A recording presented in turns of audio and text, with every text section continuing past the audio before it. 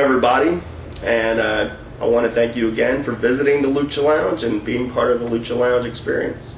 First things first, if you go to my MySpace page, which there's a link, you'll see me. I've started a blog series, and I'd like everyone to take a look at it. And it's going to go on from September 8th, which has already passed, to probably for the next 30 days. So take a look at that and let me know what you think. If you see the title, you know what this is about. Kevin A. Hobbs had asked me a question, so I'm responding. Yeah, it was a two-part question.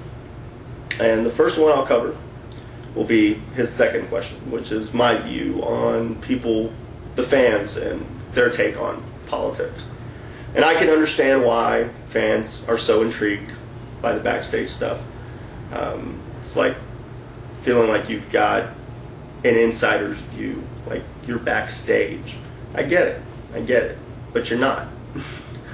I mean, I'm not going to come out here and comment on WWE or TNA or any other wrestling promotion that I've never been a part of or haven't been a part of, because it's not my place. And when I see fans do it, we all do it, I mean, to a degree. But I don't know, I kind of look at it like, why do you care? I mean, is it going to really greatly affect the product? I think there's more to worry about in wrestling than what's going on backstage. But that's my view. Now on to the main portion, is my views on wrestling, a wrestler's perspective. Now, I'm not going to go into too much specifics. I'll talk about companies, but I'm not going to go into specifics as far as guys, because it's not really anyone's business who it was. And I owe them that much. But companies are companies. They're public. People see it. So there you go. Politics have always been around. As a wrestler, you kind of know that when you sign on. They suck, but they're there. And they only suck when they're not benefiting you. When you're a top guy and you can make decisions, man, it is a great, great thing, politics. And you feel you're not playing them at that point.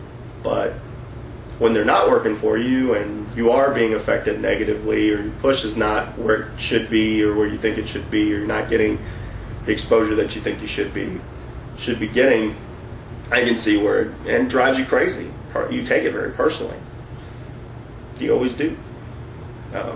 Now I'm a very outspoken person about stuff, and when I don't like the political games that are being played and they're not working to my advantage, or when I feel like it's a personal thing, it becomes a personal thing on their end and they're personally attacking me, I've said some stuff.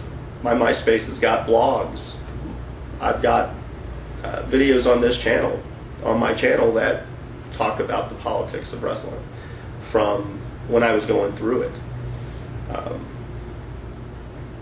I was NWA Southwest Texas Heavyweight Champion. I was number 10 in the world in the NWA World Title Rankings. I was on magazines because of that. And got to work an anniversary show. I talked about it in my last video. And because I decided to work for PCW, which was maybe about a 30 to 45 minute drive away, and on a different night, and it didn't matter that NWA Southwest didn't even have a building at the time, because I chose to go work for PCW, I had to relinquish my belt. I had to do what was right for business. Even though I had no desire to leave, if they had continued to have a building, I would have stayed. I believe I'm... And I'm back. So I was talking about being loyal. And so that was one of my major experiences with it. And even when I got to PCW and I started to get some success, I hung out with the owners, in essence, of the company and of PCW.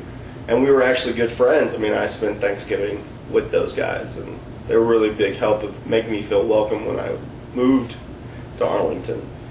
But I had some heat from the boys because I was slightly successful, and everyone assumed it had to do with it obviously had to do with the fact that I was friends and not because I was talented. So I've seen that, and just certain things, you know, just the guys and how they view management, and management and how they view guys. And you know, when I became a booker for Uncut, I went through that too, where the political game, and I got to see both sides, and the business side as well as the performer side. But still, I mean, the politics they can weigh on you. And I mean, even when I left, and that's another video, you can see that. But hopefully, more or less, that answered your question. I mean, politics are there; they're all around, and the more money that's involved, the more prestige, or the bigger the stage, the more the politics play a part, and the more personal it can get, because it becomes part of your livelihood. It is a part of your livelihood. It's your livelihood.